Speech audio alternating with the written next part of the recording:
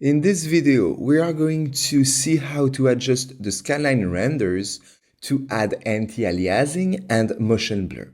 So to illustrate that, I prepared a little scene here with a simple sphere with a checkerboard texture crossing the screen. And for now, it looks very sharp and unnatural because we do not have motion blur. So let's go and add motion blur. So we'll double click on my skyline render and I will come to the multi-sample tab here. If it's not open, it's right here.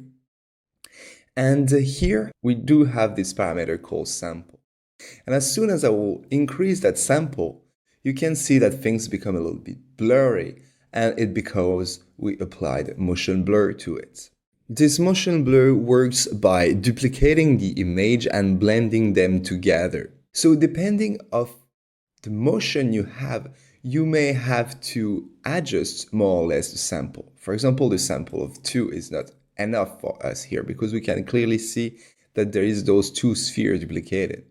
Now, as I increase it, I create more sample, and at some points it will become natural. So the sample is one thing, and then we have another thing for the motion blur, which is the shutter. And that will be the equivalent of the shutter of your camera. This is not a unit of time, but this represents how long the shutter should be open where the motion blur is affecting your object. So if you modify that guy, you could have your motion blur a little less. If you put it to 0, it should be no motion blur. Or you could have it a little more if you like more trail, motion blur trail. Of course, if you'd like more motion blur trail, you may have to readjust the sample here. All right, I will turn back the shutter to what it was. And a last thing here is it's important to find the right sample for the motion you're currently using. For example, if you have a lot of motion, you will have to add a lot of sample, but if you don't have too much motion, you can keep the sample low. And this is important because it's very, very power consuming. So you really want to try to find the right balance for your sample. Okay, so the other thing I'd like to show you here is how to fix this aliasing that appears on our objects here. Because it's a simple sphere, right? We shouldn't have all those aliasing issues and all. Well, that's something we can fix by coming to the main tab of the skyline render and come to the anti-aliasing here and simply select another mode. And you can set it to low and as well medium or high.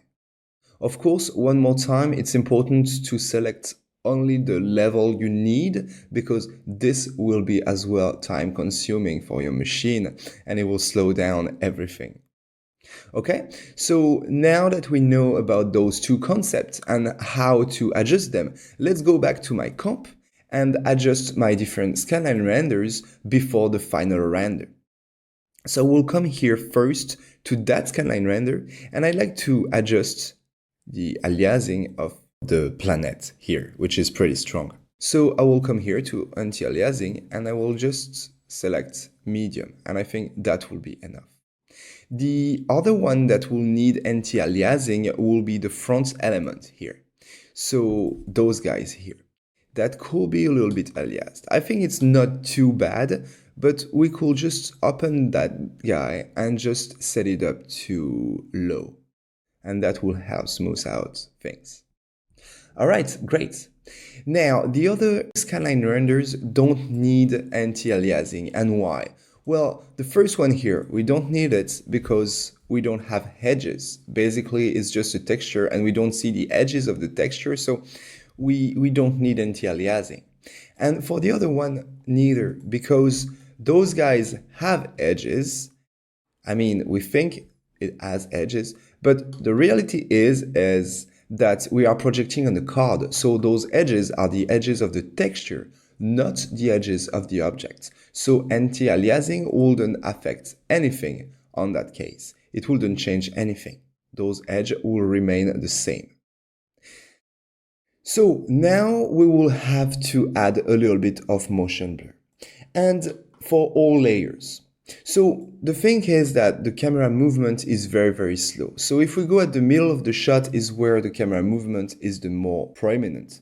So I will use the frame 1050 as a reference to create my motion blur. Usually when you want to set the sample for your motion blur, you always want to go to the frame where it moves the most. And I will start with the sky because there's a lot of details, so that will help us to see what's going on. I'm zooming a little bit on it just to be able to see. So, and I open the Skyline Render 2, which is the Skyline Render for the sky, and I will go to the multi-sample. I will start increase the sample. As you can see, it's not a lot, but we are blurring a teeny bit.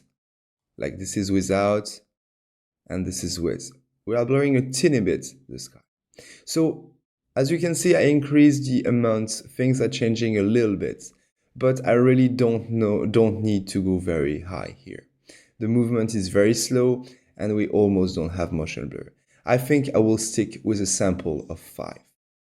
And if you find a setup that works great for one object, quite often you can apply it to others.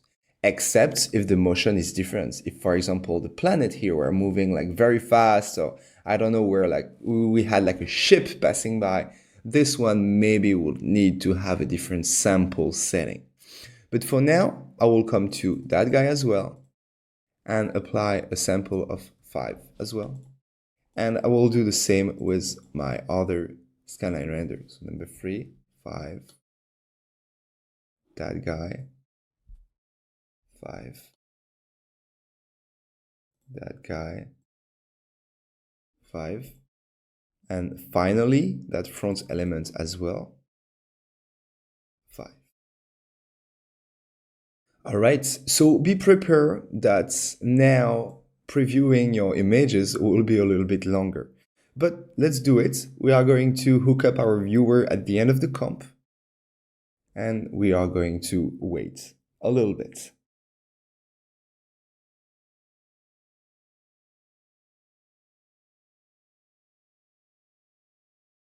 There we go.